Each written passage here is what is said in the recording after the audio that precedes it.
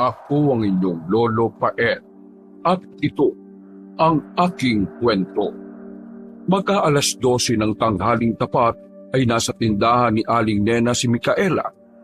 Nakikigamit kasi siya ng cellphone at kausap niya ang tiyahing nasa malayong lugar. Tia, magandang araw po. Ako po ito si Micaela. Kumusta po ang buhay dyan? Ayos naman, Iha. Eto, maganda pa rin naman, alam mo na. Ba't po pala kayo napatawag, Tia? Nagpadala na kasi ako ng pera. Pakisabi na lang sa nanay Daes mo, ha? Para may panggastos kayo dyan. Naku, salamat po, Tia. Hindi niyo naman po kailangan gawin yan. Nakakahiya naman po sa inyo. Naku, wag mo nang pakaisipin pa yon. Sino-sino pa bang magtutulungan kundi tayong pamilya rin naman? Kunin nyo na lang doon sa Money Express padala na malapit dyan sa inyo. Ibibigay ko sa'yo mamaya yung reference. Napakabait niyo po talaga. Sasabihin ko po mamaya kay nanay. Siya nga pala, ang totoo niyan, kaya talaga ako tumawag dahil may sasabihin pala ako sa'yo. Ano po yun, Tia? Gusto mo rin bang mamasukan, ha?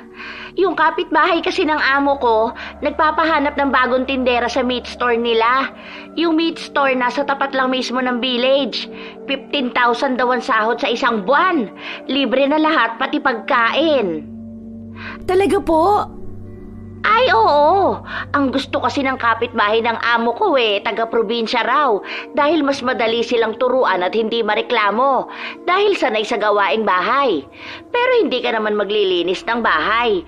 Ang gagawin mo lang talaga magiging tindera sa meat shop nila. Meron silang kasambahay mismo kaya magaan lang din naman ang magiging trabaho. Ano, gusto mo ba? Opo. Para naman hindi na rin kami umaasa ni nanay sa pagpapadala ninyo, Tia. Para na rin kahit papano, makabawi naman ako sa inyo. Sabi ko naman sa'yo, wag mong pakaisipin yung magbawi-bawi na yan.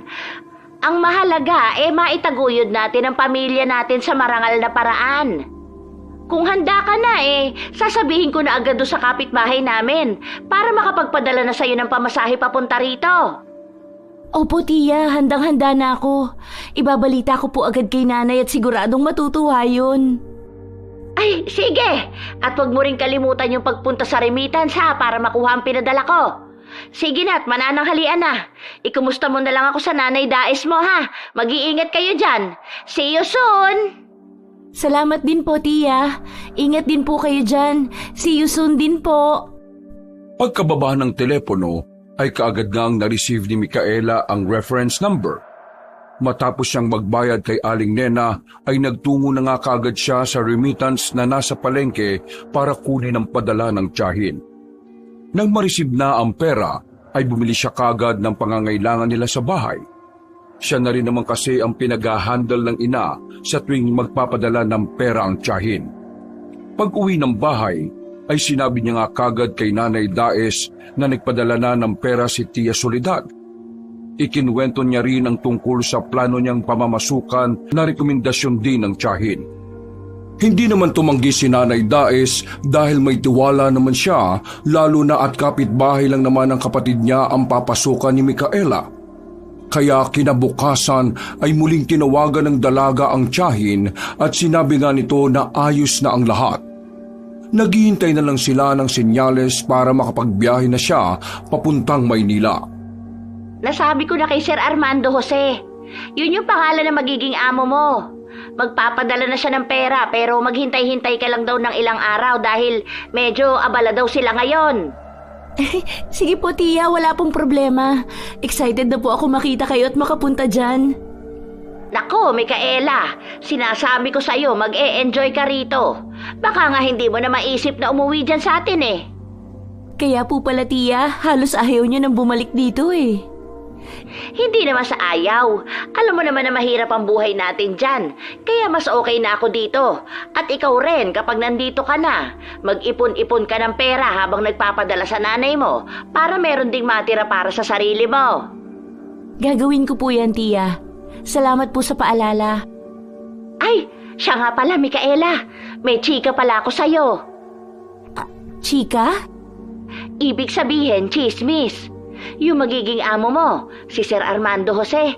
Nasa lagpas 50 na yata ang edad pero wala sa muka at napakagwapo.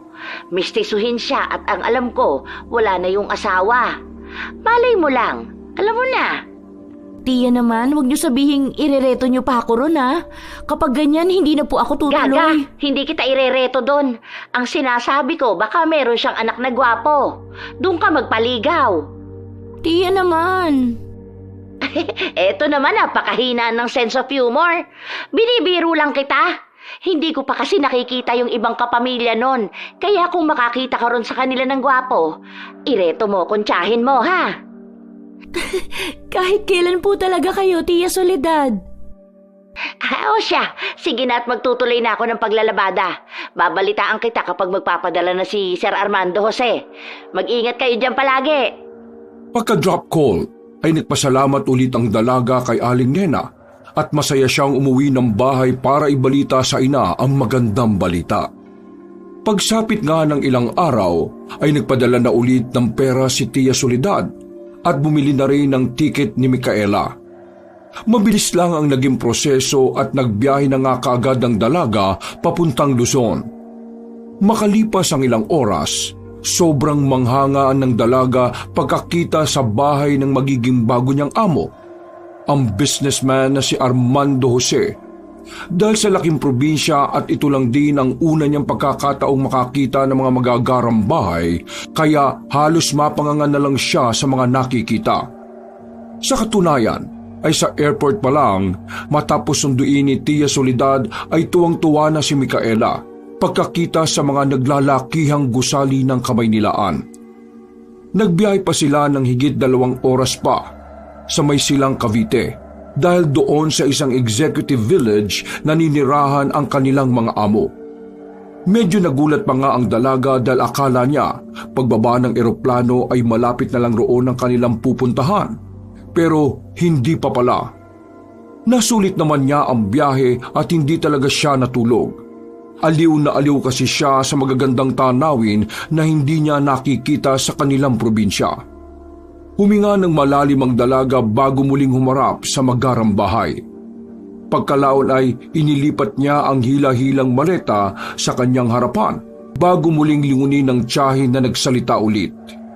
Grabe po pala, Tia, rito, no? Para akong nasa ibang planeta. Naku, masasanay ka rin. Siya nga pala, kapag nandun ka na kay Sir Armando Jose, magpakabait ka ha. Mabait naman yun siya, pero alam mo na, medyo misteryoso. Kung may problema, magsabi ka lang palagi sa akin. Pero hindi ka naman magkakaproblema doon dahil nakausap ko yung kasambahay nilang si Gandara. Mabait nga raw ang magiging amo mo. Tahimik lang at hindi masyadong palaimik. Tatandaan ko po yung mga sinabi niyo, Tia. Basta ang payo ko lang sa'yo, kapag mainit ang ulo ng amo mo, hayaan mo lang. Ganun lang daw yun, sabi ni Gandara. Saka kahit anong mangyari, wag na wag kang kukuha kahit gaano kaliit na pera dun sa kaha nila, ha? Yun daw pala kasi ang pinakaayaw ni Sir Armando Jose. Naku, Tia, hindi niyo naman po ako pinalaki ni nanay na nangunguha ng hindi ko pagmamayari. Alam ko naman yon, pero pinapaalalahanan pa rin kita. Ang sabi kasi ni Gandara, yung papalitan mo daw na kahera doon sa meat shop, ganun daw ang naging kaso. 1 taon na nila yung empleyado pero ninakawan sila at hindi na nagpakita. Ay, ganun po ba? Huwag po kayong mag-alala dahil hindi ko sisirain ang tiwala niyo sa akin at ng magiging amo ko. Mabuti kung ganon. Pero may tiwala naman ako sa'yo dahil ikaw na rin ang nagsabi, hindi ka namin pinalaki ng ganon. Ay, hindi ko pala nakwento sa'yo kanina na nasa ibang bansa na pala ang 2 anak ni Sir Armando Jose. Sinabi lang din sa akin ni Gandara. Pero gwapo nga raw ang mga yon at mga artistahin din kaya sayang no? Si Tia talaga puro kalokohan. Bilisan mo na nga at tara na sa loob dahil baka naghihintay na ang amo mo. Uuwi na rin kasi ko maya-maya matapos kitang maipakilala kay Gandara at Sir Armando Jose. Magluluto pa ako at baka hindi pa kumakain ng mga amo ko. Saka hindi ko pa rin natatapos sa mga labada. Pagpasok ng tiyahin sa loob ng magarang bahay, ay nakaramdam kagad si Micaela ng kakaibang lamig matapos dumampi ang mahinang ihip ng hangin sa kanyang katawan. Tia, mahangin po ba? Hindi naman masyado, bakit? Wala naman po. Pagkasabing yon ay saglit siyang napatingin sa mga pine tree na nasa loob ng bakuran.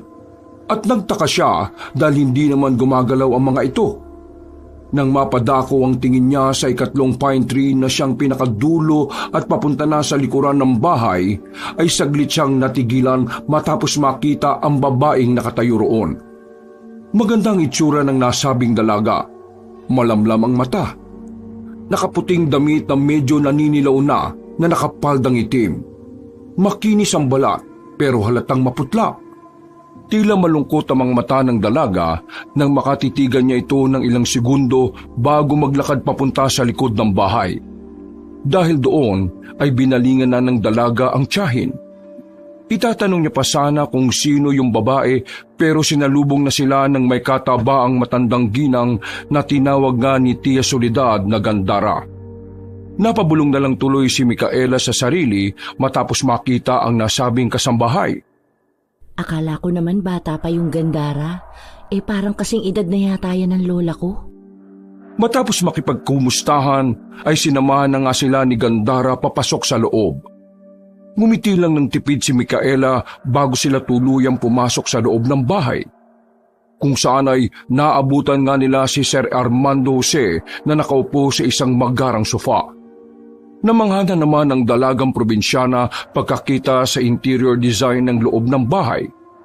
Lumabas talaga ang pagka-ignorante niya dahil sa pagka-elegante ng bahay. At kahit pilit niyang itago ay halatang halata ang ekspresyon ng kanyang muka. Kaya naman napangiti na lang si Tia Soledad habang nakatingin sa kanya. Magandang umaga, senyor. Ito na nga po pala ang pamangkin ni Soledad na si Micaela.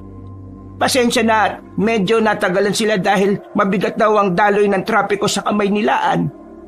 Magalang na minasda ni Micaela ang amo kaya doon niya napansin na mukha nga tong artistahin kahit na nasa edad 50 na. Pagkalaon ay pasimple siyang tinapik ng tiyahin para magpakilala. Magandang umaga, Armando Jose. Ako po si Micaela, pamangkin ni Tia Soledad. Ikinagagala ko po kayong makilala. Senyor. Po? Senyor ang itawag mo sa akin para mas maiksi. Opo, senyor. Magandang umaga po ulit. Lumapit ang dalaga at saka nagmano bilang paggalang sa bago niyang amo. Dahil naman doon ay napangiti si Armando Jose sa kanya. Sinyalis na nagustuhan kaagad noon ang kanyang inasal. Aba, magalang ka ining Micaela, bibihira na akong makasalamuha ng mga kabataan na nagmamano sa mga nakakatanda. Maraming salamat po. Soledad, sige na. At pwede ka nang bumalik doon sa inyo. Si Gandara na ang bahala magturo ng gagawin ng pamangkin mo. Salamat din pala sa pagre-rekomenda sa kanya. Maraming salamat din ho, senyor. Sige po at mauuna na ako sa inyo. Micaela, kapag may oras ako, dadalaw-dalawin na lang kita ro sa meat shop nyo, ha? Sige po, Tia. Maraming salamat po. Paglabas ng magarang bahay ni Tia Soledad, ay saka nga bumaling ang dalaga sa kanyang amo na eksaktong kinausap na rin ng matandang kasambahay. Gandara, ituloy mo na ang pagluluto ng ulam sa kusina para makakain na tayo maya-maya. Apa, senyor. Ikaw naman, Micaela. Maupo ka na muna at mag-usap tayo tungkol sa proseso ng pagiging tindera mo sa meat shop.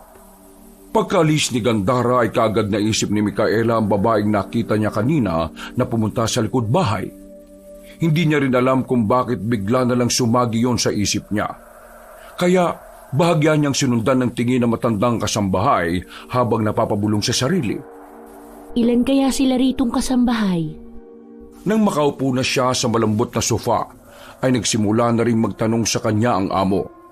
Sinabi na rin nito at ipinaliwanag kung ano-ano lang ang kanyang tatrabahuin. Ang pinakamagiging trabaho mo lang sa akin ay ang pagbabantay ng meat shop. Siyempre, kasama na roon ang pagpapanatili ng kalinisan para hindi tayo masita o ma-complain ng mga customers. Siguro, naituro na sa iyo ng tiyahin mo kung saan tayo nakapwesto. Opo, senyor. Doon lang po mismo sa tapat ng village. Maigi kung ganon. Ang magiging day off ay tuwing Lunes. Hindi kasi pwedeng weekends dahil mas maraming nabili kong ganong araw. Mag-isa ka lang din doon pero paminsan-minsan pupuntahan kita kapag nandito ako sa bahay. Minsan din tutulungan ka ni Sergio. Isa yon sa boy ko na nagdi-deliver ng mga karne na itinitinda natin. Naiintindihan ko po, Senyor. 10 hours ang oras mo sa pagtitinda. Simula alas 10 ng umaga hanggang alas 8 ng gabi. Kapag break time, pahatiran na lang kita kay Gandara o kaya naman pwede kang umuwi rito para kumain. Isasara mo lang ang meat shop at babalik ka lang doon pagkatapos ng lunch break. Kung gusto mo naman magbabaon ka lang para hindi ka na rin umuwi rito. Mas okay po siguro kung magbabaon na lang ako para hindi na ako makaabala pa kay Aling Gandara. Ikaw ang bahala. Basta kung ano sa tingin mong mas magiging komportable ka. Bukas, ituturo ko sa iyo ang mga presyo ng mga binebenta natin at iba pang dapat gawin doon sa meat shop. Pagkatapos ng isang linggo, hahayaan na kita ron dahil kailangan ko nang mag-focus sa ibang bagay. Dapat mabilis mong matutunan ng mga gawain para maging mabilis din ang paglago ng negosyo natin. Naiintindihan ko po, Senyor. Pagdating ng sahod mo, nasabi naman na yata sa iyo ng tiyahin mo na monthly 15,000 libre na lahat ng pangangailangan mo rito basta magsabi ka lang kay Gandara para maisabay niya kapag nag-grocery. At kapag tumagal ka na, syempre tatasan ko na ang sahod mo. Ang gusto ko lang sana ay maging masipag at maging katiwa-tiwala. Huwag kang tutulad sa dati kong tindera na sinayang ang tiwala ko sa kanya. Makakaasa po kayo, Senyor. Sisipagan ko po at patutunayan kong mapagkakatiwalaan ako. Hindi ko po ipapahiya ang tiya ko. Mabuti naman kung ganon. Natuwa si Micaela dahil sa bukod sa mabait na pakikitungo ng amo niya, ay maganda rin ang offer niya na hindi niya sukat inakala. Nang matapos ang ilan pang pag-uusap ay sinabihan na ni Sir Armando Jose ang dalaga na magtungo sa kusina para magpasama kay Gandara sa magiging bago niyang kwarto. Nang nasa kusina na, ay naabutan niya nga ang matandang kasambahay na patapos na rin sa pagluluto. Nilapitan niya kagad to at kinausap. Aling Gandara, sabi ni Senyor, pakisamahan daw ako sa kwarto. Ay sige, iha. Tatawagin ko lang si Pakita dahil baka masunog tong niluluto ko. Sige lang po. Pakita! Pwede mo bang pakisamahan nitong si Micaela sa magiging kwarto niya? Halika nga muna rito sa kusina. Pagkarinig ng dalaga sa pangalang yon, ay muli na namang sumagi sa isip niya ang magandang babae na nakita niya kanina. Doon niya nga napagtanto na bukod kay Aling Gandara, ay meron pang ibang kasambahay silang kasama roon. Pagkakita niya kay Pakita, ay napakunod siya ng noo dahil hindi yun ang babaeng nakita niya kanina. Pakisamahan mo na tong si Micaela sa magiging kwarto niya, ha? Magandang araw po, Aling Pakita. Naantala lang ang kanyang pagsasalita nang hatakin na ng ginang ang kanyang maleta at saka naglakad palayo. Napakunot na lang siya ng noo pero tinapik din siya kaagad ni Aling Gandara at binulungan na pagpasensya na lang ang nasabing kasambahay. Ganun lang kasi talaga umasta si Pakita lalo na kapag wala sa mood. Sinundan nga ng dalaga ang ginang hanggang sa madako sila sa mga pine tree kung saan niya nakita kanina ang magandang dalaga. Nang maalala niya yun, ay sumabay siya sa paglalakad kay Aling Pakita at napaisip kung itatanong niya ba o hindi ang tungkol sa nasabing babae. Nakakailang kasi ang itsura ng ginang na akala mo ay laging magsusungit sa mga taong makakasalamuhan nito. Ilang saglit pa ay napatingin sila pareho sa pinakadulo ng bakuran kung saan ay merong apartment na style dampa pero elegante pa rin kung tingnan. Itinuro ng ginang ang pangatlo at sinabing yun ang kanyang magiging kwarto.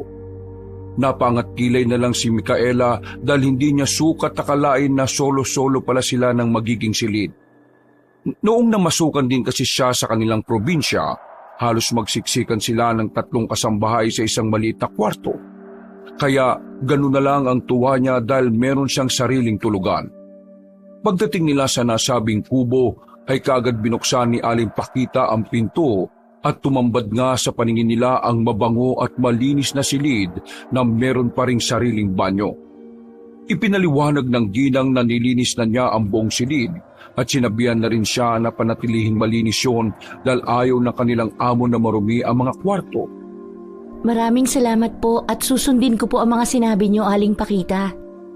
Naudlot na siya sapagkat tumalikod na lang bigla ang ginang at naglakad na palayo. Napabuntong hininga na lamang tuloy ang dalaga at habang sinusundan ng tingin ng kapwa kasambahay ay nahagip ng paningin niya mula sa hindi kalayuan ang babaeng nakita kanina. Papunta yun sa kusina kung saan nagluluto si Aling Gandara. Itatanong niya sana kay Aling Pakita ang tungkol doon pero masyadong mabilis maglakad ang ginang. Halos magkasunuran lang sila ng misteryosang babae kaya napakibit na lang siya ng balikat. Pumasok na lang siya sa kwarto at pagsara niya ng pinto ay sinimulan nga ng dalaga ang pagsasalansa ng mga gamit niya. Mula sa maleta ay inisa-isa niyang nilagay ang mga damit sa aparador na naroon. Nang matapos na ay natutuwa at namamangha niyang sinuri ang kabuuan ng dampa. Aliw na aliw siya lalo na sa shower at aircon sapagkat ito ang unang pagkakataon na magkakaroon siya ng sariling kwarto. Sa bahay kasi nila sa probinsya ay halos magsiksikan din silang 5 mag-anak sa ganoon lang din kalaking dampa. Pero ngayon, solo niya lang ang lahat at bukod pa roon ay may aircon ang kwarto. Merong shower ang banyo at merong bidet ang inodoro. Parang ang swerte ko naman pala sa napasukan ko. Mabuti na lang at hindi ako nagdalawang isip nung sabihan ako ni Tia Soledad. Ay, salamat talaga ng marami sa Panginoon. Makakatulong na rin ako kay nanay at sa mga kapatid ko. Hindi na rin namin maiistorbo ang tiya dahil marami na siyang naitulong sa amin. Katulad ng binilin sa kanya ay nagpahinga nga muna si Micaela. Pagiga niya sa malambot na kutsyon ay nakatulog din siya kaagad. Bukod kasi maganda sa pakiramdam ang kama, ay talagang bitin pa ang dalaga sa tulog gawa ng mahabang biyahe. Ilang saglit pa ay naalimpungatan siya matapos marinig na bumukas ang pinto. Inaantok pang nagmulat siya ng mga mata hanggang sa maaninag ang isang tao na hindi niya makilala dahil medyo malabo pa ang kanyang paningin. Naisip niyang si Aling Pakita o Aling Gandara lang yun, nagigisingin na siya para mananghalian. Napansin niya rin kasing babae yon dahil sa hubog ng katawan. Aling Gandara? Aling Pakita? Hindi umimik ang nasabing babae. Naglakad lang yun ng marahan diretso sa banyo kaya napaw po si Micaela pero nanatili pa rin siya sa kama. Manananghalian na po ba? Wala siyang narinig na boses mula sa babaeng pumasok sa banyo nang tinutuluyan niyang silid. Sinundan lang ng tunog ng shower ang tanong niyang yun dahilan para magtaka siya. Maraan siyang tumayo at tumakbang para isara sana ang pinto ng banyo. Kaya lang ay biglang merong bumoses mula sa kanyang likuran. Paglingon doon ay laking gulat niya sapagkat nasa pintuan na ng kwarto si Aling Gandara. Sakto at gising ka na, Indeng. Tapos lang mananghalian ng amo natin kaya pwede na tayong kumain. Halika na at para makakasabay tayong nila Pakita. Hindi kagad nakaimik si Micaela sapagkat hindi pa maproseso ng utak niya ang mga nangyari. Nagpapalit-palit siya ng tingin sa matandang kasambahay at sa banyo ng kanyang silid.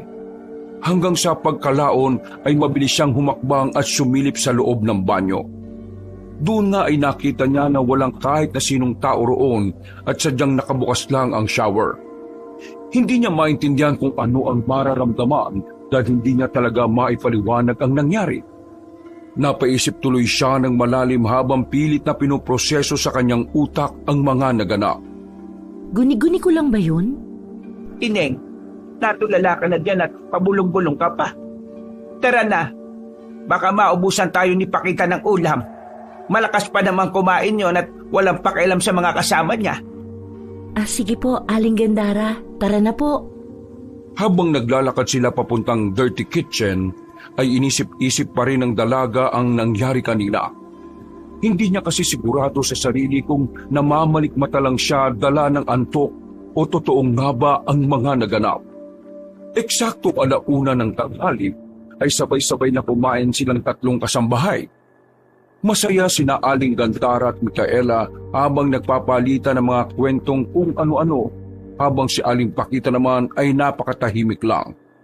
Nagkukwento ang matandang kasambahay ng mga bagay patungkol sa kanilang amo at sa kung ano-ano pa.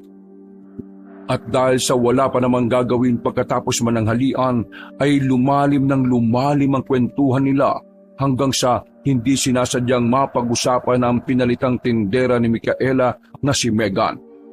Hindi kasi masyadong nagkukwento si Senyor patungkol nga ron kay Megan. Pero sa pagkakaalam ko, bago magtago yon at mawalang parambula nagnakaw yon ng malaking halaga dun sa meat shop. Alam mo bang 1 linggong nagsara ang tindahan kaya mainit ang ulo na ng Senyor? Umiiwas nga kami ni Pakita noon dahil ayaw naming mapagbuntunan ng galit Mabuti na nga lang talaga at ngayon naging maayos na rin ang amo natin. Habang nakikinig sa kwento ay dumako ang tingin ni Micaela kay Aling Pakita. Napansin niyang tila nanlumo ang ginang kaya hindi sinasadyang napatanong siya rito. Ayos lang po ba kayo, Aling Pakita? Para pong bigla kayong nalungkot dyan. Huwag mo nalang pansinin niyang si Pakita. Kapag talaga si Megan ang usapan nagiging ganyan yan. Malapit kasi sila sa isa't isa. Kaya nalulungkot siya sa tuwing mapag-uusapan din yon. At saka nga pala, ang totoo niyan, ayaw na talaga ni Senyor na babanggitin ang pangalan ni Megan. Kaya hanggang maaari, wag na wag mo nang uungkatin kapag nandun ka sa meat shop o kahit dito na alam mong nandyan ang amo natin. Naiintindihan ko po, Aling Gandara.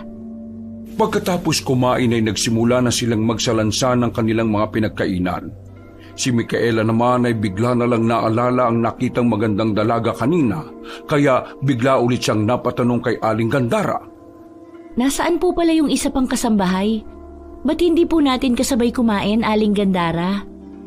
Isa pang kasambahay? Opo, yung maganda na parang kaedad ko lang din. Nako, Ineng, ituloy mo na ang pagpapahinga dahil mukhang kulang ka pa sa tulog. Sige na, at kami na ang bahala rito.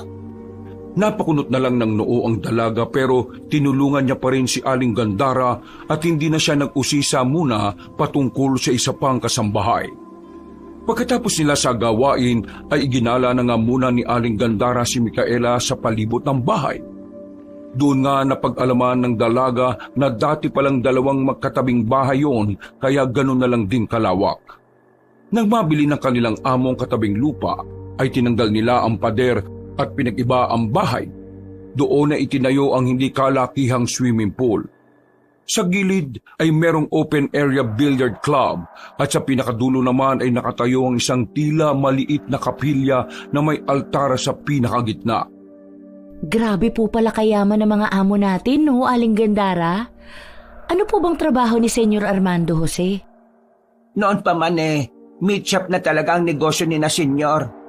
Meron yan silang pabrika ng karne at doon pinoproseso ang mga binebentang processed meat. Negosyante pala talaga si Senyor. Muling napatingin ang dalaga sa kapilyang may altar at doon ay biglang nanayo ang mga balahibo niya sa hindi malamang kadahilanan. Napayakap tuloy siya sa sarili pero hindi niya ipinahalata sa matandang babae. Maganda po yung disenyo ng kapilya o altar ba yan? Ang kaso, parang nakakakilabot po, ano? Hindi ko nga rin alam dyan kay Senyor kung para saan yan. Pero madalas makita mo ang amo natin kapag nandito siya, nagdarasal siya dyan. Kaya huwag kang lalapit dyan dahil baka mapagalitan ka. Ay, hindi po talaga. Kasi kinikilabutan po talaga ako. Ewan ko ba? Napaismid lang si Aling Gandara at pagkalao na inaya na nito ang dalaga na umalis sa gawing yon. Mabilis na lumipas ang oras.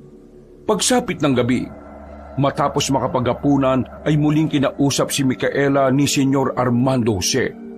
Ipinaalam lang nito na sa Lunes ng umaga bubuksan na nga ulit ang meat shop at magti-training na rin sila. Para rin magkaroon ng ideya ay sinama nga muna ng Ginoo ang dalaga sa meat shop. Gamit ang magarang kotse ay pinuntahan nila yon. At maya-maya pa, papasok na sila sa loob ay tumambad nga kay Micaela ang kabuuan ng pamilihan. Nakapwesto ang cashier area sa bandang dulo malapit sa opisina ni Senyor Armando. Nasa bandang kanan ng opisina ang locker room, banyo at pantry. Sa pinakaduluduluhan naman ay ang freezer kung saan iniimbak ang mga karne. Pagtingin sa dakong yon ay bigla na lang nangilabot si Micaela. Hindi niya masyadong pinansin ang sarili dahil naisip niyang dahil lang sa malamig ang nasabing lugar. Habang nagpapaliwanag ang kanyang amo, ay napalingon siya sa madilim na bahagi ng pantry sapagkat merong nahagip ang mga mata niya roon. Nagulat lang siya at tila nagising sa ulirat ng tapikin sa balikat ni Senyor Armando C. Ano? Naintindihan mo ba yung sinabi ko, Ineng? Opo, senyor. Kapag walang mga customer para malibang-libang ayusin mo yung mga pagkakasalansan ng mga frozen meat. Lalo na yung mga malalaki. Kadalasan kasi, yung mga namimili kung makakalkal akala mo wala nang bukas.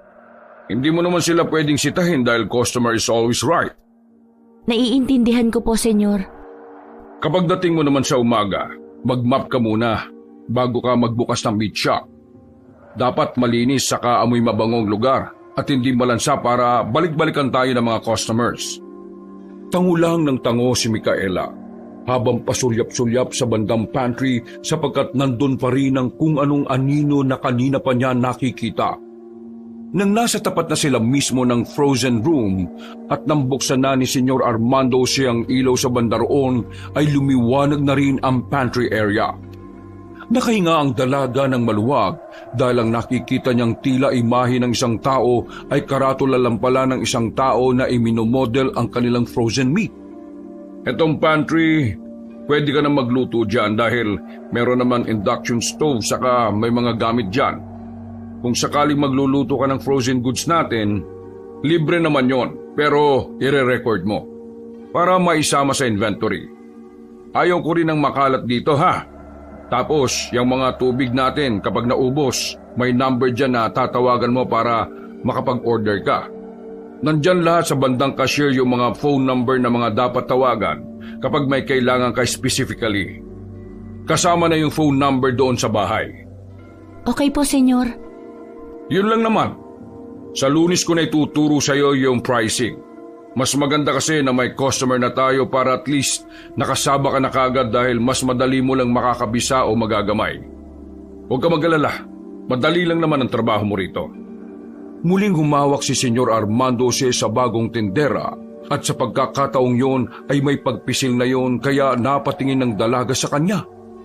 Doon na ay napansin na lang ni Micaela na tila biglang nag-iba ang kulay ng mga mata ng kanyang amo. Bigla yung namula pero bumalik din kagad kaya napapikit siya sa pag-aakalang namamalikmata na naman. Medyo nailang din siya dahil inulit ng Ginoo yung pagpisil ng kanyang balikat. Hindi niya naman magawang alisin yon dahil nahihiya rin siya. Pero ang totoo ay hindi siya naging komportable. Mabuti na lang ay tinanggal din kagad ni Senyor Armando C. ang kamay bago sila lumabas ng meat shop. Hindi kagad sila umuwi ng bahay dahil idinaan pa siya ng amo sa isang fast food restaurant kahit hindi niya naman inirequest. Saan po tayo pupunta, senyor? Dadaan muna tayo sa fast food restaurant. May bibilin lang ako saglit. Bakit? Inaanto ka na ba? Hindi naman po. Nagulat lang ako kasi lumagpas tayo sa gate ng village. Ikaw naman. Kinabahan ka naman kaagad. Nagulat ang dalaga nang bigla siyang tapikin ng amo sa hita. Hindi niya napagandaan ng tagpong yon kaya hindi talaga siya makapaniwala.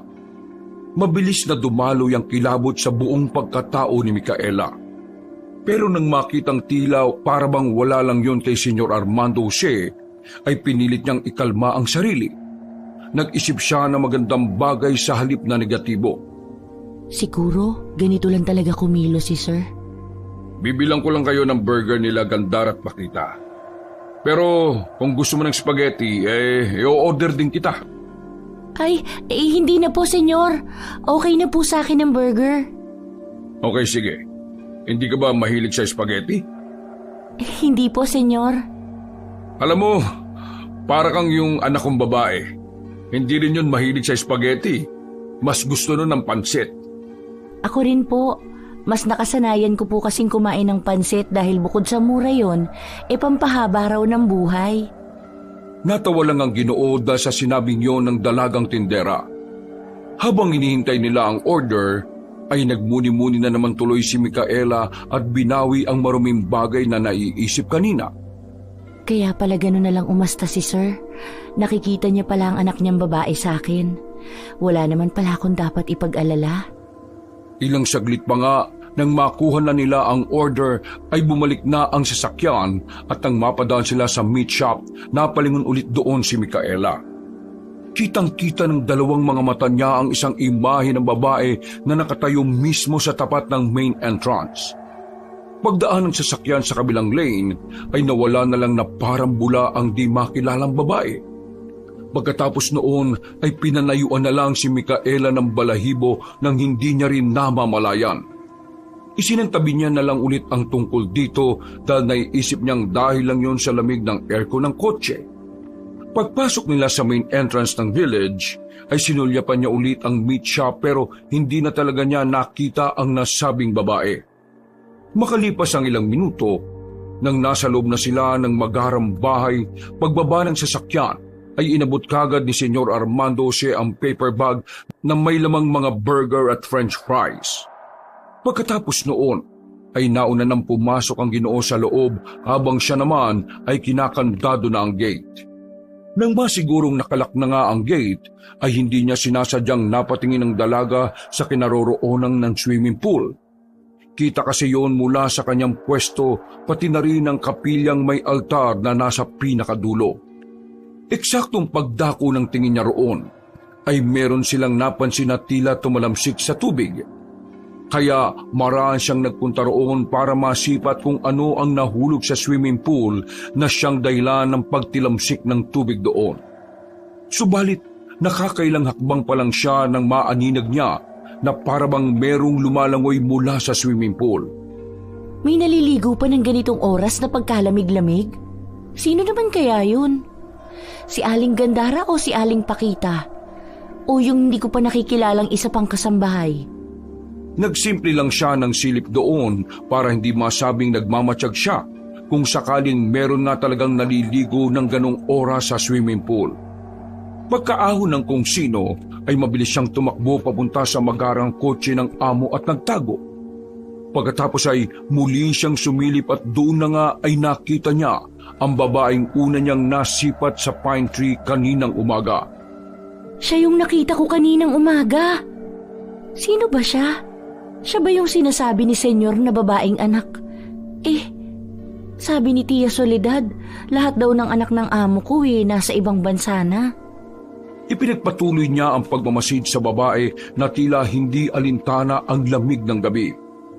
Naglakad yon papunta sa kapilya at doon tumambay bago nagubad ng buong saplot. Nanlaki ang mga mata ng dalaga at natutop na lang ang bibig sa sobrang pagkagulat.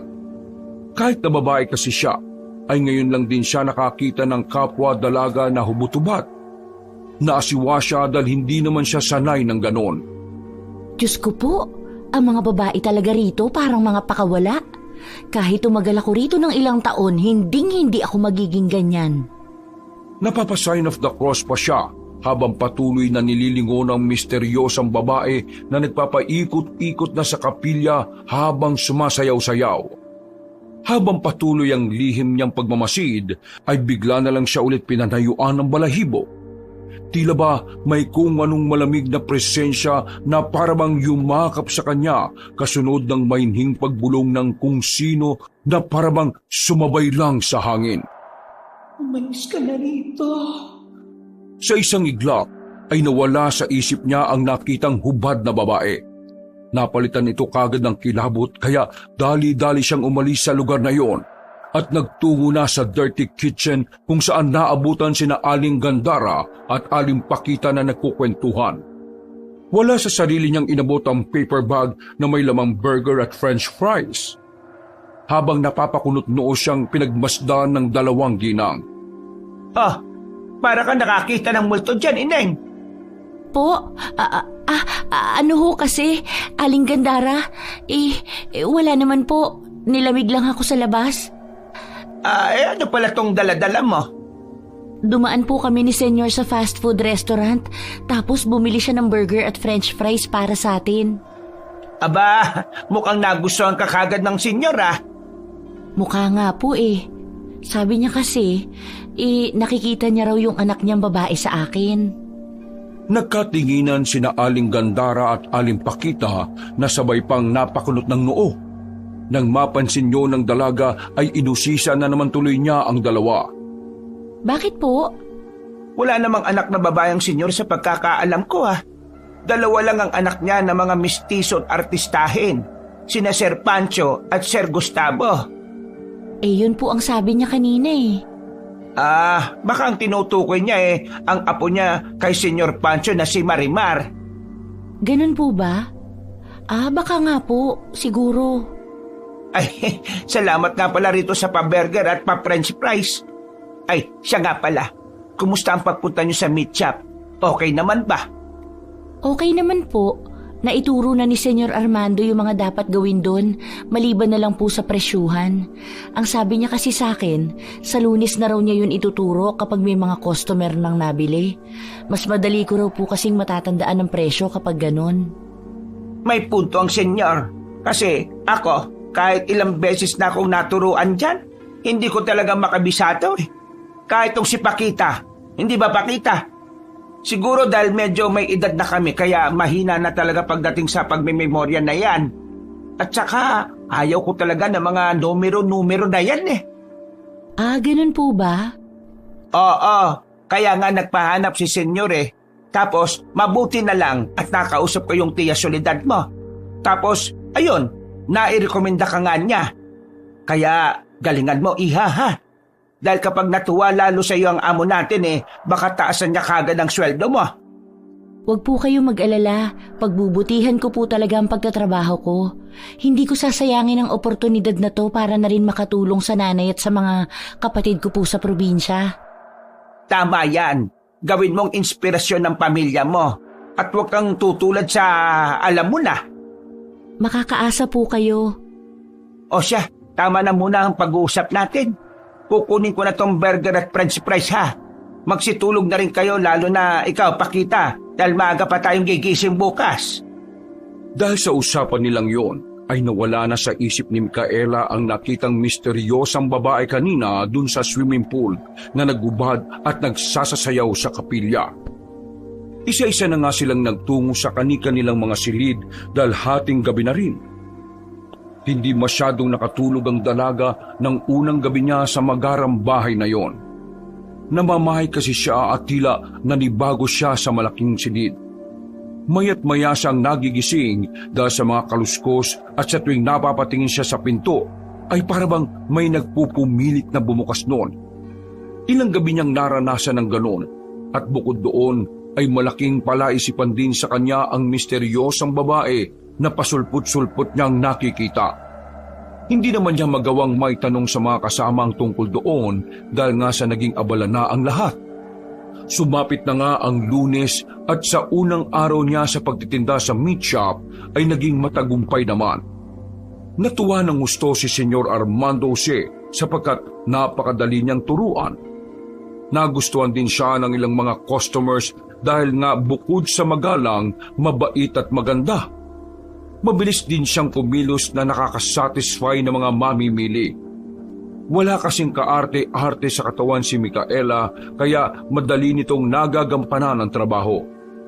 Habang tinitrain siya ni Senyor Armando Jose sa mga lumipas na araw, ay napapansin niyang tila mas nagiging touchy ang amo. Hindi na lang niya ito masyadong pinupuna dahil ang totoo ay medyo nakakaramdam na siya ng pagkailang. Linggo ng gabi, kalalabas lang ng huling customer at magsasara na ng meat shop si Micaela nang dumating si Senyor Armando Jose na sakay ng kotse. Pagpasok nito ay napansin niyang susuray-suray ang amo at amoy na amoy niya rin ang alak sa sistema nito. Nilapitan niya kaagad ang Ginoo dahil kamuntikan na itong matumba. Nang umalalay siya ay kaagad siya nitong hinatak at niyakap ng mahigpit. Hindi niya alam ang gagawin kung itutulak ba to palayo o hahayaan lang. Bigla siyang kinilabutan lalo na nang maramdaman ng mga kamay nitong parang gumagapang sa kanyang bewang. Sinubukan niyang talikuran ng Ginoong nakayakap pero nadama niya naman ang pagkalalaki nito na tila nabubuhayan. Senyor? Natigilan na siya nang bigla na lang sumuka ang Ginoo. Doon ay kaagad tumanggal sa pagkakayakap sa kanya kaya nakahinga na rin siya na maluwag. Nang makita niya ang napakaraming suka, ay inayos niya ulit ang amo at isinandal sa isang gilid sa kanilinis ang kalat. Mabuti na lang din ay napadaan doon ang sasakyang delivery truck ni Sergio at nang makita ng binata si Senyor Armando Jose, ay tinulungan niya itong isakay sa sasakyan. Salamat sa pagtulong. Ikaw si Sergio, di ba? Oo, ako nga yun. Nagkita na tayo rito nung nakaraan, di ba? O siya, ako nang mag-aatid dito kay Senyor. Kaya mo na ba rito? Mag-isa o sasabay ka na? Sige na, mauna ka na. Lilinisin ko pa kasi tong suka ni Senyor. Kailangan mawala ang amoy para bukas hindi mamaho tong shop. O siya, sige. Mag-ingat ka ha. Ikaw rin. Ikaw nang bahala kay Senyor ha. Pag-alis ng binata kasama ang kanyang amo, ay napahawak sa dibdib si Micaela. Hindi pa rin kasi maalis sa isip niya ang tila pagtatangka ng Ginoo na gawan siya na masama. Pilit niya yung binubura sa isipan hanggang bigla na lang nanlamig ang kapaligiran sa hindi malamang dahilan. Sinundan niyo ng biglang pag-andap-andap ng mga ilaw kaya medyo kinabahan na ang dalaga. Nagmadali na siya sa pagmamap at nang matapos na pati ang pag-i-spray ng air freshener ay dali-dali na siyang lumabas at umuwi ng bahay. Naabutan niya si Aling Gandara na naghihintay sa kanya sa gate. Pagkapasok ay kagad nilak ng matandang babae ang gate habang nag-uusap silang dalawa. Tulog na si Aling Pakita dahil mag-aalas 11 na kasi ng gabi. Kumusta na po si Senyor? Okay na at naihatid na ni Sergio rito. Amoy na amoy ang alak at may suka pa sa damit. Sabi nga ni Sergio naglilinis ka raw ng sinuka ni Senyor doon sa meat shop kaya natagalan ka. Kaya eto, hinintay na lang talaga kita sa gate dahil baka makatulog ako. Salamat po. Nasaan na po si Senyor? Gising pa po ba siya? Magigising pa ba yun ng ganon? Natutulog na ron sa kwarto niya ng mahimbing at babangon na lang yun mamayang madaling araw at magbe-base ng sarili niya. Ah, ganun po ba? Naghapunan ka ba, ha? Tinirhan kita ng pagkain. Kumain ka na lang at iwan mo na lang sa lababo ang pinagkainan mo.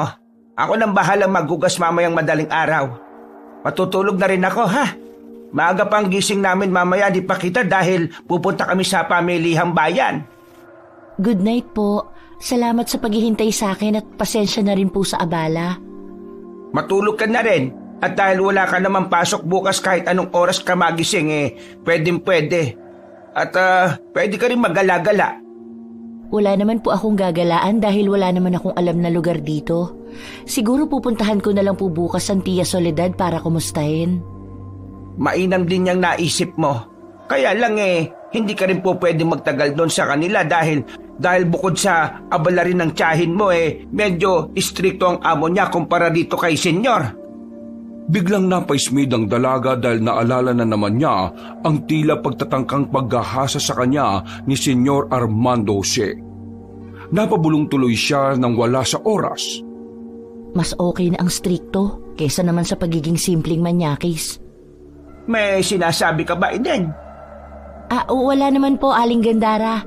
Anong ulam po pala? Nagugutom na rin talaga ako. Bistek at saka chapsoy ang niluto ko. Ala sige, kumain ka na't ako'y matutulog na talaga. Sige po. Tumango na lang ang dalaga at pagkatapos noon ay nagpaalam na sa kanya ang matandang kasambahay. Pagdating sa kusina ay nagapuna na siya kaagad. Nang matapos na at naguhugas na ng pinagkainan ay nakita niyang bigla ang amo na lumabas ng silid nito at ang mas nakabibigla sa lahat ay wala tong kahit na anong suot. Nakita niya nang hindi sinasadyang tinatago nitong sandata kaya napapikit siya ng mga mata. Pagdilat ay ganun na lang ang gulat niya dahil tila nakakita siya ng halimaw. Namumula ang mga mata, nangingitim ang buong balat. at matutulis ang mga ngipin na may naglalaway na bibig. Napatras siya sa sobrang pagkabigla at sa isang kisap mata ay biglang nawala ang halimaw. Hindi niya tuloy alam kung namamalikmata lang siya o hindi, kaya minadali niya ang paghuhugas. Hindi na niya nilagay ang mga pinggan sa tamang lagayan dahil sa sobrang pagkataranta. Nagtayuan na rin kasi ang mga balahibo niya at ramdam na ramdam niya ang kakaibang takot dahil sa mga nakita. Hindi man siya sigurado kung totoo yun o imahinasyon lang, pero dahil sa nababalot kagad ng matinding takot ng kanyang sistema, kaya dali-dali siyang lumabas ng kusina. Habang tinatahak ang daan papunta sa dampa, ay napapayakap pa siya sa sarili.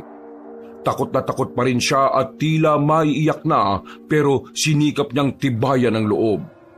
At pagdating sa kanyang dampa, ay dali-dali niyang ikinandado ang pinto at sumandal muna sa isang gilid habang mangyak-ngyak ang itsura. Kalma, Micaela. Kalma ka lang. Hindi totoo ang mga nakita mo kanina dahil guni-guni lang yun. Dala lang yun ang matinding pagod mo. Nag-inhale-exhale siya hanggang sa humupa na ang tensyon na nararamdaman. Uminom kagad siya ng tubig dahil meron siyang pitsyel sa kwarto.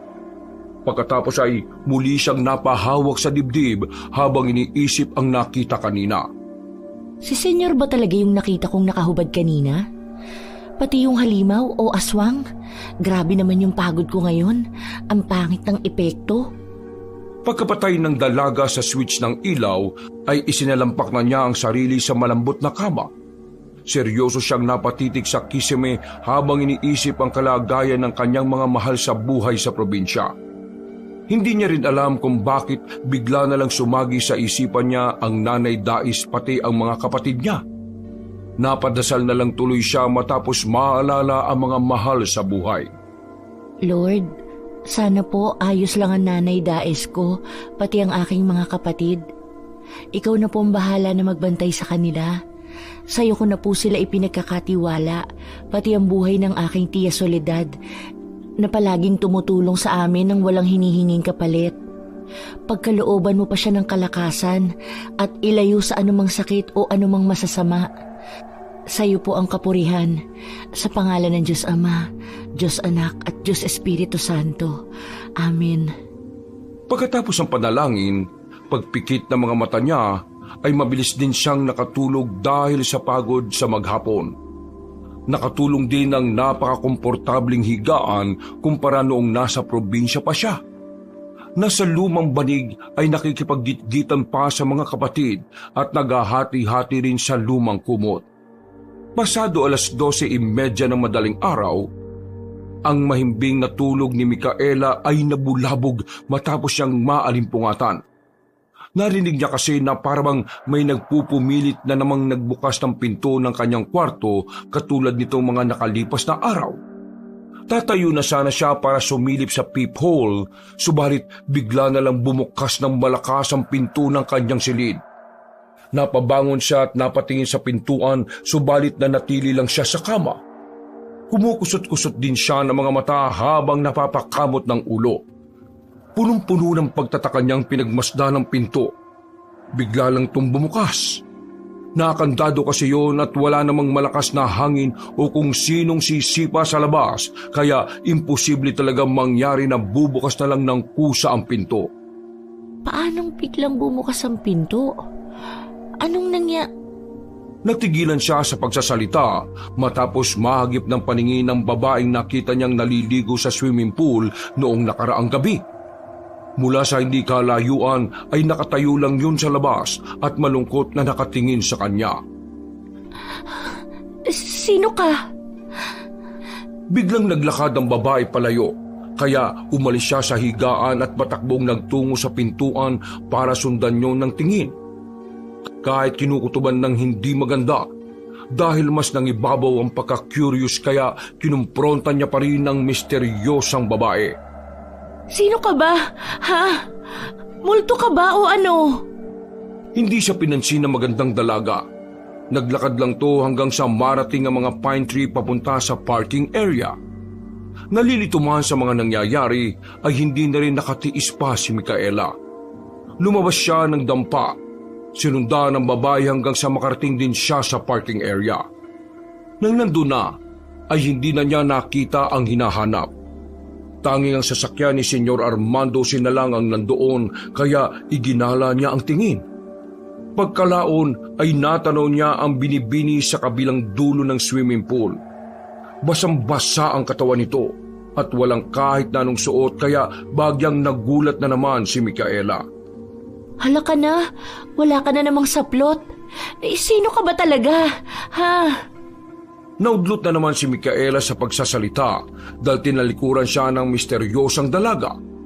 Naglakad yun hanggang marating ang kapilya at ang nasa bandang altar na yon ay bigla na lang humangin ng may kalakasan. Nang dumampito sa katawan ng dalaga ay kakaibang kilabot ang kanyang naramdaman. Para bang nanunuot sa kalamnan at kaluluwa niya ang matinding takot kaya napayakap siya sa sarili.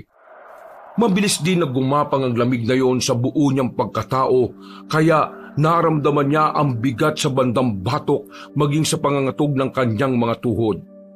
Pagdako niya ulit ng tingin sa misteryosang binibini ay nagimbal na siya sa kanyang nakita sapagkat wala na tong ulo. Naliligo na rin sa dugo ang buong katawan nito. Ang pinakamasaklap ay wakwak ang tiyan nito at isa-isang nahuhulog ang mga lamang loob na parang katulad na sa karning ibinebenta nila. Maya-maya pa ay bigla na lang lumagapak sa harapan niya ang ulo ng misteryosang babae. Dilat na dilat ang mga mata nitong tila umiiyak ng dugo. Nakatingin sa kanya na parang nanlulumo. Bigla tong nagbuka ng bibig at biglang nagwika. Umalis ka na rito kung ayaw mong matulad sa akin. Pagkatapos marinig ang mga salitang yun, ay nagulat na lang siya dahil nasa harapan na niya ang katawang duguan na wakwak ang tiyan at may nahuhulog na mga laman loob. Yumakap to sa kanya, kaya napaliguan na rin siya ng napakalansang dugo. Pagkatapos noon, mula sa mismong kapilya, ay biglang lumitaw ang halimaw na nakita niya kagabi. Nanlilisik ang mga mata nitong nakatingin sa kanya. Naglalaway at parabang takam na matikman ng kanyang katawan. Nang sasalakay na to, ay bigla siyang tumakbo subalit hindi rin siya makalis sa pwesto dahil nilingkis na siya ng dugo ang katawan na walang ulo. Nagpumiglas siya, subalit natumba lang silang dalawa. Sinamantala niya ang pagkakataong yun. At kahit diring-diri habang iniiwasan ang sarili sa mga lamang loob ay hindi niya to inalintana hanggang sa tuluyan na siyang makakawala. Nang palayo na sa lugar na yon ay kitang-kita niya kung paano lumundag ang halimaw mula sa kapilya. Pinagmasdan niya to habang tumatakbo palayo hanggang sa madapa siya dahil hindi nakatingin sa dinaraanan. Diyos ko po, ano bang nangyayari sa lugar na to? Ano tong mga nakikita ko? Dali-dali siyang tumayo at hindi na inintindi ang mga sugat na natamo sa tuhod. Pinunasan niya rin ang muka para maalis ang dugo at pagmulat ng mga mata ay bigla na siyang sinunggaban ng halimaw at saka humiyaw na parang isang demonyo. Napatakip na naman siya ng tenga dahil sa nakabibingi at nakakapangilabot na sigaw na yun. Napapakit din siya ulit dahil ayaw niyang makita ng harapan ang nakakatakot na halimaw. Sinabayan niya yun ng pagpiglas kahit alam niyang hindi na niya matatakasan ng pagkakakapit ng nakakatakot na nilalang. Ginawa niya ang lahat ng abot ng kanyang makakaya para lang matakasan ng nag-aabang na kamatayan. Subalit wala na talaga siyang nagawa kundi ang mapatawag na lang sa Panginoon. Diyos ko po. Hindi ka makakatakas sa akin! Akin ka lang, Micaela! Akin ka lang! Mapapasakin ka! Hindi po pwedeng hindi! Sinabayan niyo ng pagsasalita ng ulong nakahiwalay sa katawan habang nakatingin sa kanya. Umalis ka na rito kung ayaw mong matulad sa akin. Hindi ka na makakatakas pa sa lugar na to, Micaela. Hindi ka po pwedeng umalis. Wala ka nang mapupuntahan dahil akin ka lang. Akin lang ang katawan mo. Akin lang ang buo mong pagkatao. Akin lang ang kaluluwa mo. Akin ka lang. Akin ka lang. Umalis ka na rito kung ayaw mong matulad sa akin. Dahil sa pagkalito, matinding takot at tensyon ay hindi na nakayanan pa ni Micaela ang mga nakikita. Napayaw siya ng gusto dahil sa sobrang takot. Tulong! Diyos ko po! Aling Gandara! Aling Pakita! Senyor Armando Jose! Tulungan niyo po ako! May halimaw at bangkay! Makakataka sa akin! Akin ka lang, Micaela! Akin ka lang! Mapapasakin ka! Hindi po pwedeng hindi! Umalis ka na rito kung ayaw mong matulad ka sa akin. Pagmulat ng mga mata, ay ganun na lang ang takot niya at gulat sapagkat nasa dampalan pala siya. Pawis na pawis ang katawan, subalit nanlalamig naman siya at nangangatog sa takot. Pagtingin niya sa orasan, ay eksakto 3:00 na ng madaling araw. Kaya napasandal siya sa pader habang nagpupunas ng sariling pawis. Diyos ko po, ano bang masamang panaginip yun? Parang totoo. Akala ko talaga totoo na. Diyos ko po, wag naman sanang magkatotoo. Wag naman po sana, Panginoon ko. Hindi na niya natapos halos ang binabanggit dahil pagtingin niya sa pinto ay nakabukas na nga ito. Napa-sign of the cross kaagad siya sabay sara nito. Dahil sa pangyayaring yon, ay hindi na dinalo pa ng antok si Micaela. Pagsapit ng 5:00 ng umaga ay lumabas na siya ng dampa at nagtungo sa dirty kitchen. Naabutan niya na may tao na roon na inakala pa niyang isa kina Aling Gandara o Aling Pakita. Nakapwesto yon sa tapat ng kalan na parabang naghihintay sa pagkulo ng kung anumang nakasalang doon. Nung una ay nag-alangan pa ang dalaga na makipag-usap dahil lutang pa talaga siya. Bukod kasi sa kulang na sa tulog ay iniisip niya pa rin ang patungkol sa masamang panaginip kanina. Pero dahil sa gusto na niyang makapagkape at makapag-almusal, ay kinumpronta na niya ang babaeng nakatalikod. Aling Gandara? Hindi niya rin alam sa sarili pero tila nag-aalangan siyang lapitan ng nasabing babae sa tapat ng kalan. Aling Pakita? Magandang umaga po. Hindi pa rin yun umiimik. Naglakad lang yun palabas ng dirty kitchen habang nakatalikod sa kanya. Susundan niya sana to kaya lang ay bigla nang magkasunurang pumasok sina Aling Gandara at Aling Pakita mula sa kabilang pintuan. Nagngingitian pa ang dalawa habang nagkukwentuhan kaya gulat na gulat si Micaela dahil kanina lang ay may isang babaeng lumabas. Magandang umaga, Ineng. Kaela. Magandang umaga rin po. Ang aga mong magising Wala kang pasok ngayon, di ba? Teka. Bakit parang nakatulala ka dyan? Halika't magsalabat ka muna. Eto, nagpainit ako. Mas masarap to kaysa sa kape. Mas healthy pa. Tila wala sa sariling napatango na lang ang dalaga bago sumagot. Matapos siyang mapagtanto na hindi si Aling Gandara o Aling Pakita ang babaeng nakita niya kanina, ay biglang bumilis ang tibok ng puso niya. Kinutuban na kagad siya sa mga nangyayari. At doon ay unti-unti niyang napagtanto ang mga bagay-bagay. At matapos ma-realize na hindi nga pangkaraniwan ang nangyaring yon, simula pa nitong mga nakalipas ay kusa na lang nanayo ang mga balahibo niya sa katawan. Namutla rin siya sa takot subalit hindi niya masyadong ipinaramdam sa kaharap ang tungkol doon. Para mabilis makalimutan ang mga pangyayaring yon. Pagkatapos niyang uminom ng salabat at mag-almusal, ay nagpasya muna siyang magtungo sa swimming pool area para lumanghap ng sariwang hangin. Sino yung babaeng yun? Sigurado akong siya rin ang nasa panaginip ko. Kung ganon, posibleng multo nga siya. O baka siya yung Mega na sinasabi nilang tumakas at nagnakaw. Paano kung hindi pala talaga siya tumakas? Posible kaya na pinagsamantalahan siya ni Senyor, katulad ng kamuntikan niyang gawin sa akin? Paano kung napagsamantalahan na nga siya at pinatay, saka inilibing sa kung saan ang katawan at pinalabas lang na tumakas siya at nagnakaw? Ay, ano ba itong mga naiisip ko? Pagkatapos ng mga tanong na yon, ay biglang napabaling ang tingin ng dalaga sa maliit na kapilya. Bigla na naman siyang nakaramdam ng kakaibang kilabot.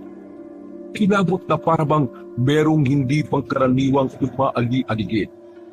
Dahil probinsyana, malaki ang paniniwala ni Micaela pagdating sa mga bagay na hindi pangkaraniwan, katulad ng multo, inkanto, aswang, lamang lupa, demonyo, anghel at iba pa.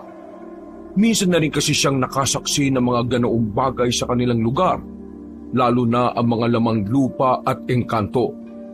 Muli siyang napayakap sa sarili habang inililibot ang tingin sa buong bakuran. 5:30 pa lang ng umaga kaya medyo madilim pa rin ang paligid. Tumungtong siya sa loob ng kapilya at saka muling gumala ng tingin bago mahinang nagwika. Kung sino ka man po na nagpaparamdam sa akin o may gustong ipahiwatig, linawin mo ang gusto mong mangyari.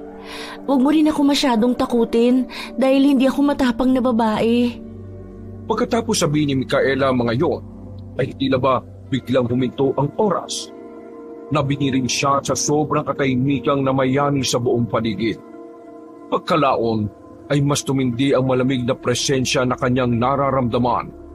Mas bumigat din to kaya napahawak siya bigla sa ulo habang kabadong nagmamasid sa paligid.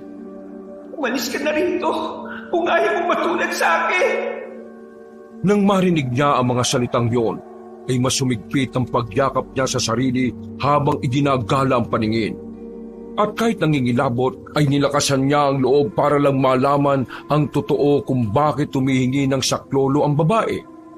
Ikaw ba si Megan? Magpakilala ka sa akin para matulungan kita. Hindi na niya natapos ang sinasabi sapagkat mula sa swimming pool ay kitang-kita niya kung paano umahon ng magandang babae. Nang makaahon na to sa tubig, ay doon niya mas naaninag ang taglay nitong ganda. Ang malamlam na mga mata, ang malungkot na tingin, ang makinis saka namumutlang mga balat. Ang kabuuan nitong katawan na basang-basa at walang suot na kahit na anong saplot. Marahan yung lumakad hanggang sa makarating sa kanyang harapan.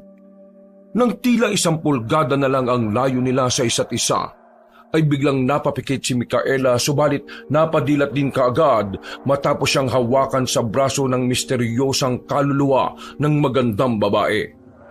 Ako to, si Megan. Umalis ka na rito kung ayaw mong matulad sa akin. Anong ibig mong sabihin, Megan? Kukunin niya ang loob mo hanggang sa mahulog ka sa kanyang patibong at pagkatapos ay pagsasamantalahan ka niya. Sino bang tinutukoy mo? Sabihin mo sa akin para alam ko ang gagawin at kung paano makakatakas sa lugar na ito. Tumakas ka na habang maaga pa dahil hindi siya ordinaryong tao. Hindi siya tao. Sino ba kasi ang tinutukoy mo? Si Senyor Armando Jose ba? Siya ba ang pumatay sa'yo? Pinagsamantalahan ka ba niya at pinatay? Saan niya inilibing ang katawan mo? Sabihin mo sa akin para makatulong ako na mahanap yun at mapatunayan na nagkasala ang lalaki Wala ka yun. na magagawa. Kailangan mo nang umalis na rito. Umalis ka na sa lalong madaling panahon. Habang wala pa siyang kamalayan. Habang hindi pa ulit gumigising ang demonyo niyang katauhan. Teka, paano ka? Kailangan natin siya maipakulong para mapagbayaran niya ang mga ginawa niya sa'yo. Wala ka nang magagawa. Aswang siya na pumapatay at nagbebenta ng karte ng tao. Kaya umalis ka na rito kung ayaw mong matulad sa akin, Micaela. Mag-uusisa pa sana si Micaela kaya lang ay nagkalasog-lasog na ang katawan ni Megan. Sinundan niyo ng makapal na usok na bumalot sa buong paligid hanggang sa makita nga ni Micaela mula sa hindi kalayuan ang isang nakakatakot na halimaw. Ito rin yung halimaw na nakita niya nung isang gabi at ang halimaw na nagpakita sa kanyang panaginip. Nangilabot siya lalo nang bigla na lang itong ngumiti na abot tenga. Sinundan niyo ng paghalakak na parang isang demonyo kaya napapikit tuloy ulit ang dalaga. Pagdilat niya ay nasa harapan na niya ang halimaw at nakakapit ng husto sa magkabila niyang braso habang patuloy sa paghalakak. Hindi alam ni Micaela ang mararamdaman niya sapagkat nanatili ang maigpit na paghawak ng halimaw sa kanyang mga braso. muli siyang pumikit at pilit na inaalis ang pagkakakapit nito hanggang sa maramdaman na lang niya na unti-unting lumalamig ng husto ang kapaligiran. Napaupo siya dahil doon hanggang sa naramdaman na lang niya na wala na ang mahigpit na pagkakakapit ng halimaw sa kanyang mga braso. Napadilat na naman siya kaagad matapos marinig ang pamilyar na boses. Ang boses ng amo niyang si Senyor Armando Jose. Anong ginagawa mo rito sa kapilya? Senyor? Ang sabi ko, anong ginagawa mo rito sa kapilya? Hindi mo ba alam na hindi ako nagpapatapak ng kung sino-sino rito? Itinuturing kong sagrado ang lugar na ito. Hindi kagad nakaimik ang dalaga dahil hindi niya rin alam kung ano ang sasabihin. Dahil sa mga nalaman ay hindi rin tuloy siya halos makatingin ng diretsyo sa amo. Oh, ba't hindi ka nagsasalita, Micaela? Ayos ka lang ba? Nangahawakan na siya ng amo sa balikat ay otomatiko na niya tong natapik ng wala sa sarili. Pareho silang nagulat sa nangyari pero yumukod kagad siya at tumingin ng tawad. Pasensya na po, Senyor. Natigilan na siya sapagkat muling itinuloy ng Ginoo ang pagkapit sa kanyang balikat. Hindi lang doon natapos yun dahil hinimas-himas na nito ang balikat niya dahilan para hindi siya maging komportable. Binalak niya ulit na tabigin ang kamay ni Senyor Armando Jose pero mas sumigpit lang ang pagkakakapit nito at mas diniinan pa na para na siyang nasasaktan. Senyor, nasasaktan na po ako. Pasensya na kung napadiin ang hawak ko. Siya nga pala. Pwede bang samahan mo ako mamaya na magpunta sa meat shop? Po? Day off ko po ngayon, di ba? Saglit lang naman tayo. May bago lang ako ituturo sa'yo. Pero senyor, pupunta kasi ako kay Tia Soledad mamaya eh. Iatid na lang kita ron pagkagaling natin sa meat shop. Huwag ka mag-alala dahil mabilis lang naman tayo. Pero kung magugustuhan mo ang gagawin natin, malamang magtagal tayo ron. Mabilis na gumapang ang kilabot sa buong pagkatao ni Micaela matapos marinig ang sinabing yun ni Senyor Armando Jose. Ramdam na ramdam niya kasi ang malisyosong pakahulugan ng kanyang amo. Nanumbalik tuloy sa isip niya ang mga sinabi kanina ni Megan. Kukunin niya ang loob mo hanggang sa mahulugan na sa kanyang patibong at pagkatapos ay pagsasamantalahan ka niya. Tumakas ka na habang maaga pa dahil hindi siya ordinaryong tao. Hindi siya tao. Kailangan mo na umalis na rito. Umalis ka na sa lalong madaling panahon habang wala pa siyang kamalayan. Habang hindi pa ulit gumigising ang demonyo niyang katauhan.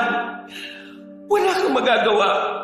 Aswang siya na pumapatay at nagbebenta ng karne ng mga tao. Kaya umalis ka na rito kung ayaw mong matulad ka sa akin, Micaela. Matapos yung maalala nang lingunin niya si Senyor Armando Jose, ay ganun na lang ang pagkatakot niya nang makita ang anyo ng halimaw na palagi niyang nakikita. Napatras siya subalit sa isang kisap mata ay bumalik din ang dati nitong anyo kaya halos masuka siya sa kinatatayuan. Micaela, natulala ka na naman. Bumalik ka na sa loob at ipapatawag na lang kita kay Gandara kapag pupunta na tayo sa meat shop. Kailangan ko pang magdasal ngayong umaga. Yumukod na lang ang dalaga at naglakad kaagad palayo. Nang malapit na siya sa pintuan papasok sa dirty kitchen, ay muli niyang sinulyapan ng amo. Nakaluhod na si Senyor Armando Jose sa tapat ng altar ng kapilya at taimtim na nagdarasal. Pero habang ginagawa yun ng Ginoo, ay hindi isang mabait na tao ang nakikita ni Micaela, kundi isang demonyo na napakahalang ng kaluluwa. Naabutan niya ang dalawang kasambahay na nag-aalmusal na. Wala sa sarili siyang umupo sa tapat ng hapagkainan at tahimik na nakisabay sa pagkain. Habang nag-uusap sila Aling Gandara at Aling Pakita, ay tila lutang siyang kumakain. Hindi niya nga maintindihan ang pinag-uusapan ng dalawa at tango lang siya ng tango sa mga ito. Mas nangingibabaw kasi sa isip niya ang mga nalamang madilim na sikreto ng among halampalaang kaluluwa at isang aswang. Bigla rin tuloy siyang napaisip kung may alam ba ang mga kasamahang kasambahay tungkol sa totoong pagkatao ni Senyor Armando Jose. Aling Gandara, Aling Pakita, may tanong po ako. Ano yon, Ineng? Naniniwala po ba talaga kayo na nagnakaw dito si Megan at nagpakalayo-layo? Nagkatinginan na naman ng dalawang kasambahay at pagkatapos noon ay napasulya pa si Aling Gandara sa pintuan bago tumugon. Micaela, di ba sinabihan na kita na huwag mo nang babanggitin ang tungkol dyan? Nandito pa naman si Senyor. Kapag narinig tayo noon, siguradong magagalit sa atin yon. Bakit po ayaw niyang pag-usapan ng tungkol sa bagay na yon? Hindi po kaya may kinalaman siya Tama sa... na, Micaela. Sinabi kong manahimik ka na. Natigilan na nga ang dalaga matapos siyang sawatahin ng nakatatandang kasambahay. Subalit bigla ring nanlaki ang mga mata niya matapos mapagtanto ang isang bagay. Sa halita niyang pinagmasdan ng dalawang kasambahay at nabitiwan niya ang hawak na kutsara nang maintindihan ang nangyayari sa paligid. Samantalang si Aling Pakita ay yumukod lang at hindi na umimik. Kung ganun... Tapusin mo na ang pagkain mo dahil kailangan mo nang maghugas ng mga pinagkainan. Marami pa kaming gagawin dito kaya kung tapos ka na dyan, bumalik ka na sa kwarto mo. Dahil sa mga nalamang yun ay hindi na tuloy alam ni Micaela kung masusuka ba siya o maiiyak. Hindi na niya natapos ang pagkain. Dumiretso na siya sa dampa at pinilit ipahinga ang utak. Hindi na niya alam ang gagawin. Ang gusto na lang niya ay umalis sa lugar na yon. Subalit alam niyang may gagawing hakbang ang kanyang amo para hindi matuloy ang kanyang plano. Nasisiguro niyang may binabalak na tung masama sa mga oras na yon. Kailangang may gawin ako. Pero paano? Kailangan makiayon muna ako sa mga gusto ng manyakis na yun. Para matakasan ko siya, kailangan mapaniwala ko siya na wala pa akong kaide-ideya sa mga nangyayari. Napabuntong hininga siya at napahilamos na lang ng mukha sa banyo. Pilit niyang ikinakalma ang sarili para makapag-isip ng mabisang paraan kung paano tatakasan ng among halangang kaluluwa. Kailangan malaman ni Tia Soledad ang lahat ng to. Naudlot na siya sa pagsasalita dahil meron ng kumatok. Pagbukas ng pinto ay nakita niya si Aling Pakita na tila nanlulumo ang mga mata. Sinabi nga ng ginang na pinatatawag na siya ni Senyor Armando Jose dahil pupunta na sila sa meat shop. Maraming salamat po, Aling Pakita. Susunod na po ako. Isasara na sana niya ang pinto pero nanatili roon ang ginang kaya nagtaka siya. Nang muli niya yung sulyapan, ay ganoon na lang ang gulat niya dahil pumapatak na ang luha ni Aling Pakita. Medyo nataranta siya kaya kaagad nilapitan ng nasabing kasambahay at inalo para pakalmahin. Subalit sa halip na tungahan ay lalo lang tong umiyak. Aling Pakita, ayos lang po ba kayo? Bakit po kayo umiiyak? Natigilan na siya matapos marinig ang confession ng ginang. Doon nga ay napag-alaman niyang pinaghihinalaan na rin talaga ni na Aling Gandara at Aling Pakita si Senyor Armando Jose patungkol sa pagkawala ni Megan. Kilala kasi nila kung gaano kabait ang dalagang tindera at siguradong hinding-hindi yung magnanakaw ng pera. Bago kasi tuluyang mawala si Megan ay minsan lang nagpahiwatig to kay Aling Pakita patungkol sa pananamantala. Nung una raw ay inakala lang ng kasambahay na ibang tao ang tinutukoy ni Megan. Huli na nang mapagtanto niya ang tinutukoy pala sa kwento ni Megan ay siya mismo. Hindi nila masumbong sa mga kapulisan si Senyor Armando Jose dahil una alam nilang marami tong kapit na matataas na tao. Ikalawa, lahat ng pangangailangan ng kanilang pamilya ay tinutugunan nito, lalo na pagdating sa mga emergency katulad ng sakit at iba pa. Ikatlo, ay may nakakatakot tong lihim na siguradong kamatayan ang maghahatid sa kanila kapag nalaman yon ng iba. Nang malaman ni Micaela mga yon, ay napakuyom siya ng mga kamao at lalong nakaramdam na matinding galit para sa kanilang amo. Naawa rin siya ng gusto sa sinapit ni Megan na hindi man lang ito nakamit ang hustisyang nararapat. Huwag po kayo mag-alala dahil hindi matatapos ang araw na to. Sinisiguro ko magbabayad ang taong yun sa kasamaan niya. Pinaalalahanan si Micaela ni Aling Pakita na kung anuman ang pinaplano niya ay huwag nang subukan. May ilang tao na rin kasing nagtangka pero hindi nagtagumpay. Kaya kahit may ideya na sila ni Aling Gandara ay napipilitan silang maging tikom ang mga bibig. Subalit sa kabila ng mga narinig ay nanatiling matapang at desidido si Micaela. Niyakap na lang siya ni Aling Pakita at sabay silang nagtungo para harapin na nga si Senyor Armando Jose. Oh, natagal lang kaya ta, Micaela. Kanina pa ako naghihintay rito Pasensya na po, senyor. Naghilamos pa po kasi ako ng katawan para handang-handa po. Okay na po ba tong bihis ko? Pinagmasdan siyang maigi ni Senyor Armando Jose. Kitang-kita nila kung paano to pasimpleng napadila na tila nasasabik sa kanyang katawan. Halika na. Pumasok ka na sa kotse. Na-excite na ako sa gagawin natin Napalingon na lang si Micaela kay Aling Gandara at Aling Pakita na halata sa hilatya ng mga muka ang matinding pangamba. Tinanguan niya lang ang mga yon dahil kumpiyansa siyang ito na ang huling masasayang araw ng kanilang amo. Nakita pa nila kung paano mapasign of the cross si Aling Gandara bago sila magbiyahe papunta sa meat shop. Makalipas ang ilang minuto, nang nandun na ay kaagad silang pumasok sa loob. Pinauna ni Senyor Armando siyang dalaga sa locker room. Dahil nilak niya ang main entrance at ibinaba ang takip para hindi makitang may tao sa loob. Pagkatapos noon ay sinundan na niya ang dalaga sa silid na kinaroroonan nito. Kaela, nasan ka na?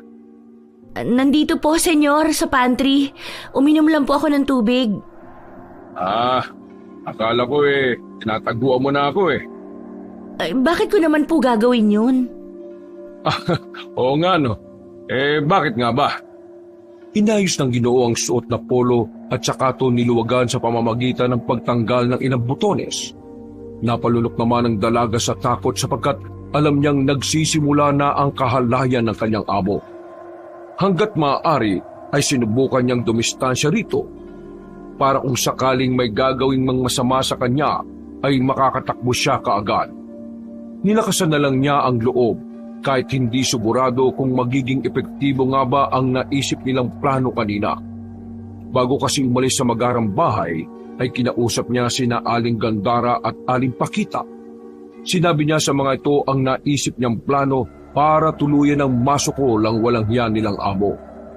Kahit ang sarili ay ipinainan niya sa delikadong bitag para lang makuha ang hustisyang hinahanap. Senyor, ano po bang gagawin natin? Bakit di pa po natin simulan? Ay, oo nga pala. Tara, sumunod ka sa akin sa frozen room. Ipapakita ko kasi sa iyo ang ilang goods natin na pinapreserve bago katayin at ibenta. Aba, ngayon ko lang po nalaman yun Hindi ko nga kagad sinabi yan at ipinagkakatiwala. Pero lasa madali kang matuto at marami kagad nalalaman, kaya mas okay na sabihin ko na kagad sa iyo. Ganun po ba? Hindi na natapos ni Micaela ang pagsasalita dahil inakbayan na siya ng amo. Mas lalo siyang kinabahan pero pinilit niyang maging matapang. Hinayaan niya lang yung nakaakbay habang pinipisil-pisil ang kanyang balikat. Pagkarating nila sa freezer of frozen room, ay tumanggal sa pagkakaakbay si Senyor Armando Jose. Inayos nito ulit ang damit at muling ibinutones. Huminga naman ng balarim si Micaela habang pinagmamasdan ng amo na binubuksan ng frozen room. Ganito niyang bubuksan Pagmasdan mong maigi para kapag ikaw na lang mag-isa rito kapag may gusto kang kunin, mabubuksan mo na to na mag-isa. Huwag kang mag-alala na makulong dahil hindi naman yan basta-basta sumasara at naglalak. Naiintindihan ko po. Pagbukas ng nasabing pinto ng frozen room, ay gumapang ang matinding lamig galing doon. Dahilan para mapayakap si Micaela sa sarili. Nang makita siya ng senyor, ay muli siya nitong inakbayan at pinisil-pisil sa balikat. Sabay silang pumasok hanggang sa tumambad na nga sa paningin ni Micaela ang mga karne sa loob ng frozen room.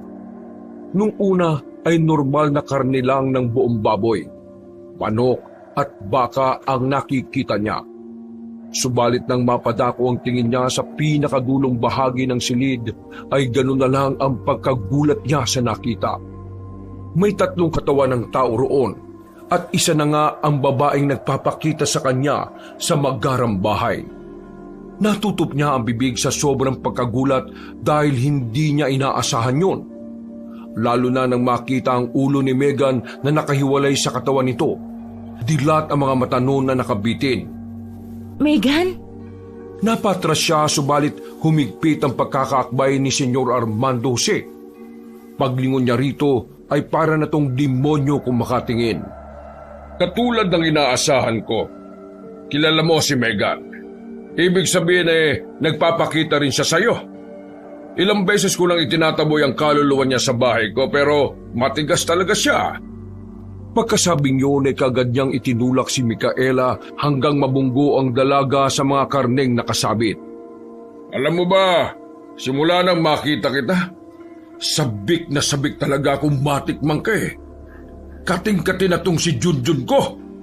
Itinuro pa ng Ginoo ang kanyang ari at nang mapatingin doon ng dalaga ay nakaumbok na ang bahaging yon. Nakita mo? Wala pa nga tayong nasisimulan pero sabik na ang alaga ko ah. At kahit malamig dito sa frozen room nag-iinit ako sa iyo. Ano? Pagbibigyan mo ba ako o hindi? Napakasama mo! Siguradong hindi mo matatakasan itong mga ginawa mo! Mabubulok ka sa kulungan! Napahalakak ng husto si Senyor Armando Jose matapos siyang marinig. Pagkatapos ay biglang sumeryoso ang kanyang muka. Tinitigan niya ang dalaga na parabang lalamunin to ng buo. Umatras lang si Micaela habang napapayakap sa sarili dahil sa lamig. Pasimple niya ring iginala ang tingin para makahanap ng pwedeng gawing sandata kung sakaling gawan na siya ng masama ng among hayok sa kamunduhan. Ako? Makukulong? Anong gagawin mo? Sisigaw ka? Hindi mo ba alam na soundproof ang bomb meat shop na ito? Kahit mapaos ang lalamunan mo sa kakasigaw, wala kang mapapala! Tulong! Tulong! Saklolo! Nandito ang rapist! Rapist si Armando Jose! Pinatay niya si Megan, ang dati niyang tindera rito sa meat shop! Nandito ngayon ang bangkay ni Megan! Meron pang 2 bangkay ng tao! Tulong! Tulong! Tulong! Gago! Hindi ka ba makaintindi? Bobo talaga ang mga taga-probinsya kaya gustong-gusto ko yung mga katulad yun na paglaruan eh. Pero sa ngayon, tama na ang paglalaro. Micaela, ibigay mo na ang gusto ko. Tulong! Saklolo! Tulong! Habang nagpapatuloy ang dalaga sa pagsigaw, ay matalim ang mga matang pinagmasdan lang siya ni Armando Jose habang pinupunit ang sariling damit. Huwag kang lalapit sa akin! Masamang tao ka, Armando Jose! Hindi siya pinansin ng Ginoo. Bigla siya nitong sinunggaban na parang asong nauulol. Napaiga sila pareho at tinawakan siya nito sa magkabilang kamay habang nakapaybabaw sa kanya. Nahulog naman ang ilang mga karne na nakahang dahil bumangga sila sa mga ito. Nagpatuloy sa pagpiglas at pagsigaw ang dalaga pero tinawanan lang siya ng amo. Pagkatapos noon ay sinimulan na nga nito ang masamang balak. Unti-unti niyang pinunit ang suot na damit ni Micaela na patuloy lang sa pagsigaw kahit alam nitong hindi naman maririnig sa labas ng meat shop. At kahit na anong piglas na gawin ng dalaga, ay wala siyang nagawa dahil sa malakasang resistensya ng kanyang amo. Dahil doon ay sumuko na siya sa pagbiglas at hinayaan lang ang lalaki sa binabalak nitong pananampalataya. Ano? Ang bilis mo namang sumuko kagad. Napagod ka na ba? O baka nagugustuhan mo rin ang pagbakat ng Junjun ko? Ha! Masarap ba ha? Hindi mo matatakasan tong ginawa mo. Tandaan mo yan. Walang hiya kang halimaw ka. Masalimaw tong pinakakatago-tago kong sandata sa ibaba. At siguradong mapapahiyaw ka. Hindi dahil sa takot kundi sa sarap. Hindi na natapos ng Ginoo ang pagsasalita dahil sinamantala na ni Micaela ang mga pangyayari. Kinuha niya ang naninigas na ulo ni Megan na malapit sa kanya at saka buong puwersa itong inihampas sa ulo ni Senyor Armando Jose. Dahil hindi napaghandaan yon ng Ginoo, kaya tinamaan siya. Natumba at tila nawala ng malay tao. Kagad tumayo si Micaela at tumambad na sa frozen room. Pero nahablot pa siya sa damit. Hinayaan na lang niyang matanggal yon para tanging bra na lang ang naiwan paglabas niya sa freezer. At bago pa makalabas ang Ginoo, ay isinara na niya yon at ikinandado. Napasandal siya sa harap nito hanggang humihingal sa takot. Akala mo, basta-basta na lang ako mamamatay at mapipigil ng ganito? Sumilip ang Ginoo sa salamin na makapal na pinto at pagkatapos ay unti-unting nagbagong kanyang itsura. Doon nga nakita ni Micaela ang wangis ng nakakatakot na aswang. Ang demonyong anyo ni Armando Jose na siyang ginagamit niya para makapambiktima ng mga inosenteng tao at kung minsan ay gawing karne na ibinebenta. Dahil sa ginawa mo, mas lalo mo lang akong pinasabik na matikman ka. Pagkatapos kitang pagsawaan katulad ng ginawa ko kay Megan, uubusin ko ang dugo mo. Tatanggalin ko ang mga laman loob mo at puputulin ko ang ulo mo, sakay papasok dito sa frozen room para magkasama na kayo ni Megan. Pagkasabi niyang yun, ay isang malakas na tila pagsabok ang yumanig sa buong meat shop. Napapikit si Micaela at napasiksik sa isang gilid. Pagdilat ng mga mata niya, ay sira na ang pinto at nakatayo na sa harap nito ang nakakatakot na nilalang. Ang aswang na anyo ni Armando Jose. Namumula at nanlilisik ang mga mata nito. Nakausli ang mahabang pangil. Nangingitim ang mga bala at naglalaway habang nakalawit ang mahabang dila. Nagimbalang dalaga sa kanyang nakita at doon na nga siya tuluyang kinumutan ng takot. Sa unang pagkakataon ay ngayon lang siya nakakita ng aswang na harap-harapan. Sinabi ko naman sa iyo, hindi ba? Hindi ka makakatakas! Sasalakayin na sana siya ng aswang pero nagulat to nang may marinig sa likuran ng mga yabag ng tao. Pagtingin doon ni Armando Jose ay nandun na nga ang ilang kapulisang kasama ni Sergio. Nagtaka siya at nagulat hanggang sa makita ang telepono sa bandang cashier na nakahanglang. Doon niya napagtanto na kaya pala sigaw ng sigaw kanina si Micaela kahit alam nitong soundproof ang meat shop ay dahil sa iniwan nitong nakahang ang telepono at merong kausap sa kabilang linya. Nagulat ka ba, senyor? Dahil alam na ng lahat ang kademonyohan mo? Mga walang hiya kayo! Sinubukan niyang salakayin ng mga kapulisan pero sunod-sunod na siyang pinaulanan ng mga iyon. Nagsumiksik naman si Micaela sa isang sulok kung saan hindi siya matamaan ng mga bala ng baril. Hindi niyo ako mapapatay! Kayong lahat, papatayin ko! Uunahin ko na kayo! Ah! Sunod-sunod na tinamaan si Armando Jose sa katawan. Hindi talaga siya binigyan ng pagkakataon ng mga alagad ng batas na makasugod at makagawa pa ng krimen. Nang malapit na siya kay Sergio ay buong tapang na tinutok ng binata ang baril nito sa kanyang noo. Sinasabi ko na nga ba tama ang inala ko sa'yo noon pa. Etong sa'yo, halimaw ka! Dugo ang bumagsak si Armando Jose sa sahig at sinamantala na yun ng mga kapulisan. Pinaulanan na nila ng bala ng baril ang aswang hanggang sa hindi na to huminga. Nang masigurong wala ng buhay ang aswang ay doon na rin nilapitan ni Sergio si Micaela na napayak na lang at napayakap sa binata. Ligtas ka na, Micaela. Salamat at tumawag ka kanina kaya narinig namin ang lahat ng mga sinabi mo. Salamat at iniligtas niyo ako. Ilang saglit pa ay dumating na rin doon sina Tia Soledad, Aling Gandara at Aling Pakita. Nang makita sila ni Micaela ay umiyak na lang ang dalaga kaya inalo siya ng mga yun. Tapos na po ang lahat, Aling Gandara, Aling Pakita. Makakamit na ni Megan ang hustisya. Nakita ko po ang katawan niya sa frozen room. Kinuha na nga ng mga kapulisan ng mga bangkay ng tao na nasa frozen room at ang ilan doon ay ang mga matagal na rin nilang pinaghahanap.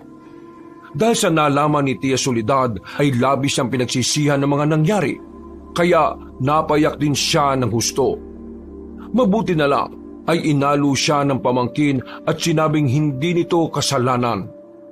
Ang nangyaring yon ay hindi isinapubliko upang maiwasan ang pangamba ng mga taong malapit sa lugar. Napag-alaman nga rin nila Aling Gandara na wala naman palang talagang kaanak sa ibang bansa si Senyor Armando Jose. Wala tong ibang pagkakakilanlan o kahit anong negosyo maliban sa pandurukot ng mga tao para gawing karne na ibinebenta. Sa wakas ay nakamit ang hustisyang nais nila para kay Megan, ang tinderang hinalay ng aswang. At dahil sa nangyari ay kinuha nga si Micaela ng amo ni Tia Soledad kaya hindi pa rin nawalan ng trabaho ang dalaga. Hindi nagtagal ay nakatuluyan siya ni Sergio at ikinasal din sila matapos ang 3 taon na mag-on. Wakas!